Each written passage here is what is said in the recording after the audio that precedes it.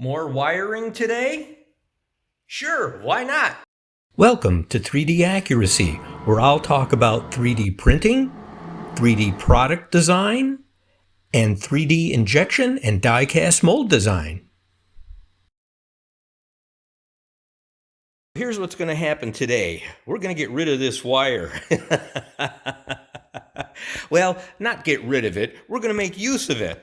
Okay, what I got to do is the end of this wire has to go up and over the roll-up door tracks so that I'm basically creating two lines. It's just one long wire in a roll here, but I've got to get it to the other side to the sub panel along with this one that came out when I replaced the 10 gauge wire in the back for the Fortis 400 machine 3D printer. I had to pull the 10 gauge out, put an 8 gauge in. So we're going to utilize this 10 gauge now. I'm going to bring it in the side of the box, attach it to these two circuit breakers to provide electricity for these three machines here, and I'll have one extra outlet that I can use for computers or whatever I happen to need while I'm here working on these machines. So let me get working on that, and then when I have some results, I'll show you what it looks like.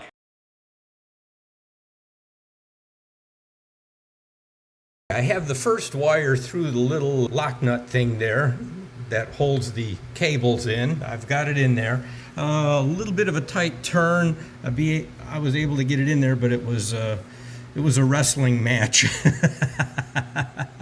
And the thing I don't like about this metal clad, it's aluminum, but what I don't like about it is look what it does to the wall when it rubs back and forth, and it's like, God bless it, just my paint job, we remodeled the shop and painted everything. It's beautiful. And then I got to go back now and touch up all that spots all over the place. Every place there's wire along here, I got to go touch up. And I'm going to have to do the same along the top also. Going to have to clean that up so it looks good. Okay, so what I have to do here now is, you see I got the wire in there, the 10 gauge wire, and I'm going to cut this plastic sheath off. Going to cut it short so it's about roughly 1/4 of an inch or so from the metal clad. So let me do that.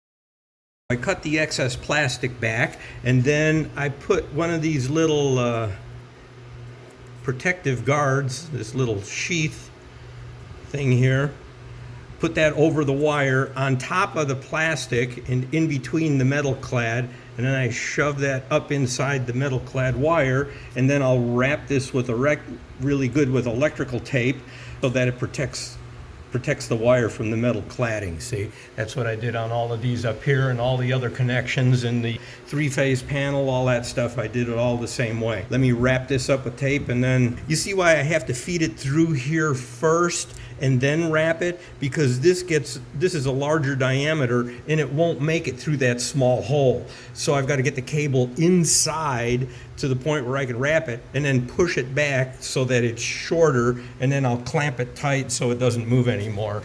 The little clamps you see them there on the outside. Okay, so let me wrap this up with tape.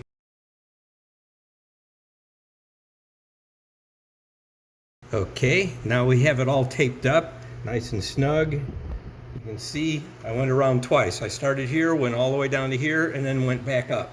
So it's got two nice layers of tape on there. So then what I do is I shove this back through the little connector here, so the end of the tape is just inside the connector. I don't want to clamp it onto the tape. I want to clamp it onto the little clamp is actually here on the other side. You see that little indentation there? It happens to sit in the grooves on the metal clad very nicely, and so that holds it securely once you snug it up. But I don't want to clamp it on top of the tape. I want to stay just behind it. So let me push that back in there and clamp it down, and then I'll show you what that looks like.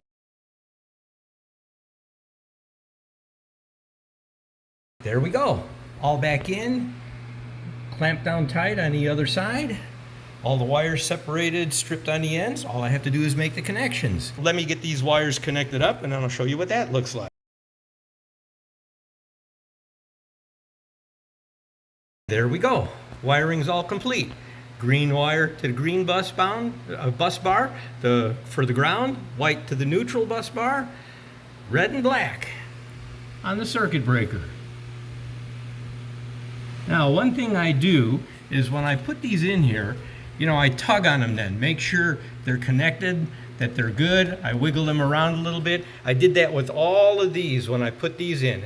And then yesterday when I put the 50 amp breaker in, I went back and I double checked and I tightened every screw again on the whole bunch of them, because I've been moving wires around, moving things around, and we don't want it to wiggle loose and then have problems later on with not making good contact. So it's a good idea to go back and check all the screws after you've been in there doing things and moving stuff around and make sure everybody's snugged up properly. So, okay, now the next one, do the one underneath it.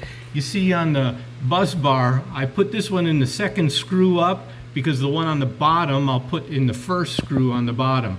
And the same I did with the neutral bus bar. See, I put it in the second screw up because it's the second one in position. The one on the bottom I'll put in the first one. What I like to do is put, as I build up the circuit breakers, I put the grounds and put the neutrals in the row the same, so I kind of have a good idea which one goes to where. Not perfect setup, and I'll probably never be in here again.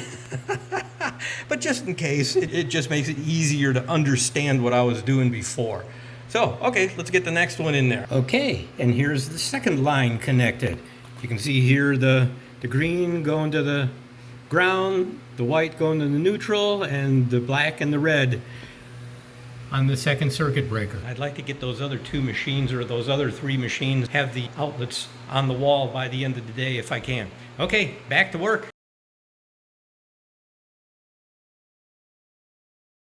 Well, the wire's up there. Hey, let me show you. Have the two wires coming out of the left side of the sub panel up to the top of the door, all the way across over the door, so you can see it close to the tension spring that pulls the door up, and then makes a little bit of a loop. I have to do that because I can't bend it tight at that corner, but that's okay. And runs down the side of the roll-up door and down to the floor over here. Machine is moved back out of the way, so now all I have to do is put these junction boxes together. I hope you really enjoyed this video. If you're ever in need of 3D product design, 3D injection mold design, 3D die-cast mold design, or 3D printed prototypes or production parts, please feel free to contact me. You can find contact information in the video description. I look forward to hearing from you and to being of service to you. Thank you for watching. As always, I appreciate it. See you on 3D Accuracy's next video.